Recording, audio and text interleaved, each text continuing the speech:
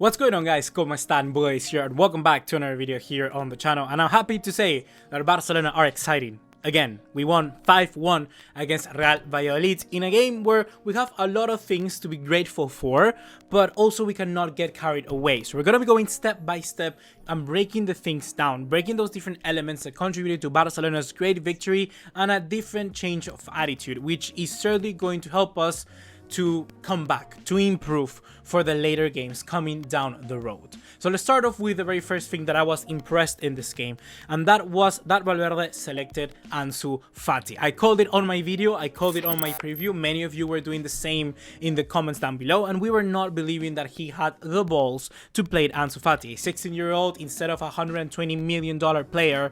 But no, Valverde decided to go with the younger kid. He decided to go with Ansu Fati, and kudos for that, credit where it's due.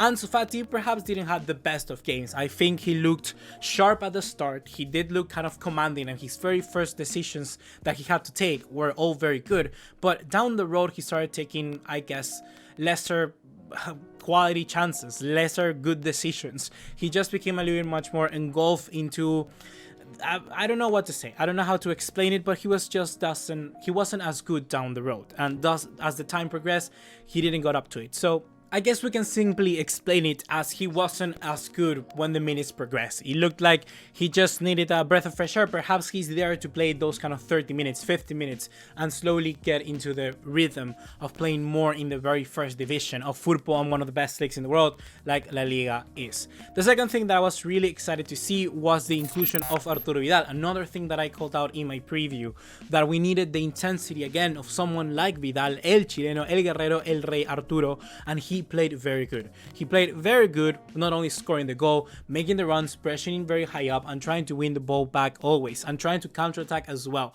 When we kind of were exposed in the very first chance that Real Valladolid had to get the corner, get the free kick that led to the eventual first goal of Valladolid, then in that play, Arturo Vidal was the player trying to pressure down Sergio Guardiola, if I'm not wrong, which Semedo actually at the end ended fouling.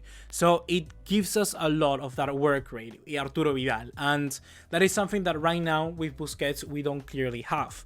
I don't know if it's a mixture of Busquets with two younger players, kind of like Arthur and De Jong, where he gets caught off guard because they just move way faster than him is, but Arturo Vidal needs to be in our team if we're going to be playing against the best of opposition, because bringing him off the bench might be a good solution to get us fixed, but why fix something at the 60th minute mark? Why not fix it from the get-go and avoid any problems down the road? So just play Arturo Vidal like today, and you can clearly see that he responded and he's here to stay. The third thing is kind of like this new, I want to say rejuvenated Lionel Messi, but he isn't just rejuvenated. He's the same Messi of old, but it's good that he's getting back into his form, contributing 2 goals and 1 more assist. Lionel Messi was absolutely stellar in this game. The free kick was insane. He was going to the left and then just drift down to the right, and then Messi didn't have any chance of saving that. He might have been at Barcelona, he might have seen the free kicks that Messi takes in training, but training is different from the actual game, and Lionel Messi will always take chances like that. Very similar free kick to that one that he scored against Liverpool, I gotta say, a little bit closer, but needless to say, it was insane. A very good performance for Messi in that goal. This other goal from Lionel Messi as well was just incredible touch, the first one, and sublime finish for the actual goal, and just tells you time and time again that this guy should win every freaking Ballon d'Or. I don't know if you have read it, guys, but it seems that accordingly to Corriere dello Sport, I think it is. No, I don't know which actual newspaper it is, but as a newspaper in Italy saying that France Football is going to give the Ballon d'Or to Cristiano Ronaldo, and that's crazy, because today we saw another example of Lionel Messi just deserving that award until he's dead. That's how it should work, and that's how it should be. And well, the last positive thing that I want to talk in this game is that change of attitude that I've been constantly talking in this past few weeks in the channel.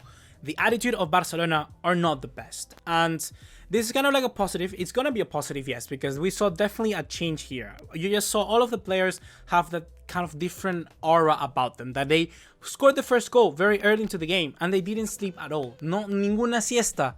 Nadie se durmió. and everyone continued to play at the best of their ability. Try to continue kind of that intensity. And yes, intensity might be kind of like that false word that people throw here and there, but in reality, like I mentioned also in the preview, it's very important to keep it throughout the game, especially throughout the early stages of it. Even though we equalize straight away, it was good that the players continue with that mentality, because it wasn't a kind of like reaction. It wasn't a reaction, the goal from Valladolid. It was just that they scored like whatever goal. I don't know how it went in. It was just complete BS.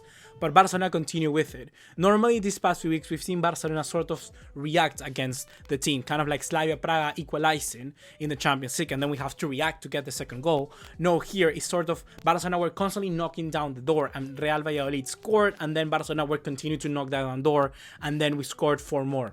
That is the sort of things that we have to see from Barcelona, especially in the Champions League, and especially against tougher opposition right now in La Liga. I'm going to be very excited to see how we're going to be facing against Atletico Madrid and Real Madrid, because at this current stage we are just kind of playing good teams here and there, and against Sevilla, for instance, which is probably one of the most consistent teams, and we have not yet faced someone like Real Sociedad. We've gotten pretty lucky. So we have to continue keeping that intensity and attitude.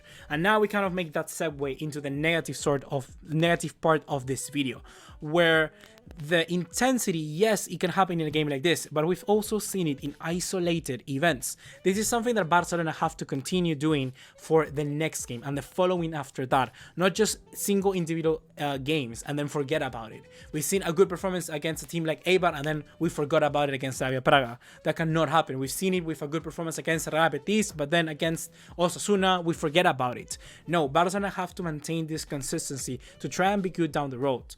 And there are 2 things which I saw in this game that were not good enough, and I'm going to be talking about them now. One of the first things was Frankie de Jong. I'm not blaming Frankie de Jong entirely for this. I'm thinking that it's time for him to play in his correct position. Frankie de Jong cannot be that advanced in the midfield. He can go there, and I would like to do a much more of an analysis into it, because I'm going to be kind of going over my words. But yes, he can play as a box-to-box midfielder. He can play a little bit more advanced, maybe even kind of like an enganche. But he doesn't get to be part as much of the play as he would be in a CDM role, and perhaps not as much as he would be in a double pivot with someone like Busquets. We saw someone like Arturo Vidal getting more tackles than him at 6 tackles, but that's okay. It's Vidal. Maybe he's gonna run more. But then we take a look at the touches, and Vidal had 86 touches in this game compared to only the 55 that Frankie de Jong had. Yes, Arturo Vidal played for more minutes, but still, we're expecting a lot more from our player Frankie de Jong. It's not his fault, I think. It's not his fault. Most of the things that are going wrong in the squad right now is to one man, and you all know his name. But I think that is just something to look at, because we want De Jong, one of the best midfielders in the world. I'm out there to say that he is probably top 3 midfielders in my opinion, in my book, because I know what he can do, but we have to take advantage of it, and we didn't do in this game. He didn't play a part, or as big of a part as I would have hoped to. And well, now the final negative thing that I want to comment on is kind of like our conversion rate. I got the stat here from the game, and it's 27% of conversion rate. We got 18 shots in total, but only 5 of them on target. That is not good enough for a team like Barcelona. It doesn't mean that we have dominated this game, and we may have won 5-1, but there can be so much more going on. And yes, Real Valladolid were putting so many people within their own box, but still, Barcelona can do better than this, even better than a 5-1. This game was there for the taking. We reacted well when they had to be, but in reality, I'm still looking for a game in which Barcelona just dominate entirely, where they kind of choke the team, choke the spirit out of them, and take them out, just put it on the ground, step on it. We haven't done that in a long time, and I'm still looking for that. I'm still looking for that. Before I die, I want to see that one last time. And well, guys, that's going to be everything for today. I'm probably going to be doing another video talking on 2 of these topics more in depth, about Ansu Fati more in depth, and then Frankie de Jong more in depth. I still don't know how I'm going to be able to do it with all the university work that I have, but rest assured that after this week, I'm going to dedicate a little bit more time here to YouTube, because I really want to get back into it. And as Barcelona are improving, then I just get more excited to do more videos for you guys. When Barcelona is doing bad, I'm here to show my face, but sometimes, you know, I get filled with the same rage as you guys. So yeah, that's going to be everything for right now. I'll see you in the next one. Take care. Ciao.